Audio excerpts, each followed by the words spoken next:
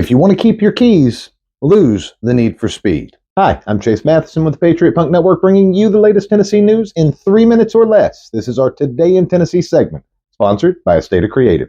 Save $50 when you mention us. The threat of unfunded food stamps has left 1 in 10 Tennesseans facing a real possibility of food shortages. And that's because starting next week, Tennessee won't have enough money to manage the program. That means that the EBT card that 700,000 Tennesseans rely on will be declined. But wait, those people might just have a little bit of luck on their side, because fortunately, it's almost an election year, and one of our senators just so happens to be vying for the governor's position in 26. Cue the food stamp funding bill. Senator Marsha Blackburn hopped on board with a bill yesterday that would keep the government shut down, but fully fund the SNAP program while doing so. There's a lot of people backing the bill, but the deadline is fast approaching.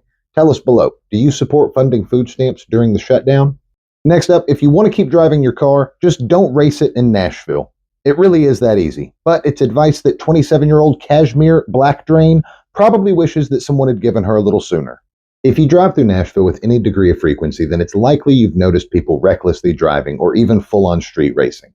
It's a growing problem, and Metro Nashville took to Facebook yesterday to let people know just how severe the consequences might be. They posted a picture online of this 2001 Beamer on the back of a tow truck that they picked up this weekend after 27-year-old Cashmere Blackdrain was convicted of the crime. Now, I think they did this to show that they can be tough on crime, but I'm a little skeptical. Though the driver did lose their car, they only received a 1-year probation sentence for racing with no license, no insurance, evading arrest, and they did all of this with a little bit of ganja on them.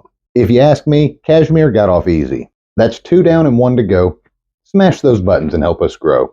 And last up, the Metro Council member accused of demanding $500,000 in bribe money from a local businessman has had the ethics complaint against her dismissed. At the center of the controversy was Best Brand CEO Mr. Moses, who has been trying to get a wine and liquor distribution center brought to Bordeaux. Moses claims the council member demanded the $500,000 in exchange to support his rezoning efforts, an accusation that Kimbrough denies.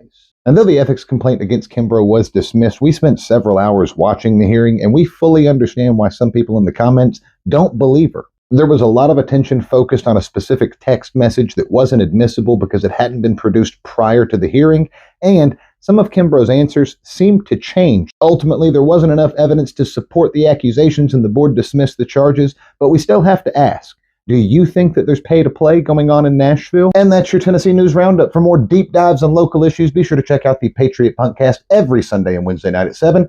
Thanks for looking at our tits. Don't forget to save that $50.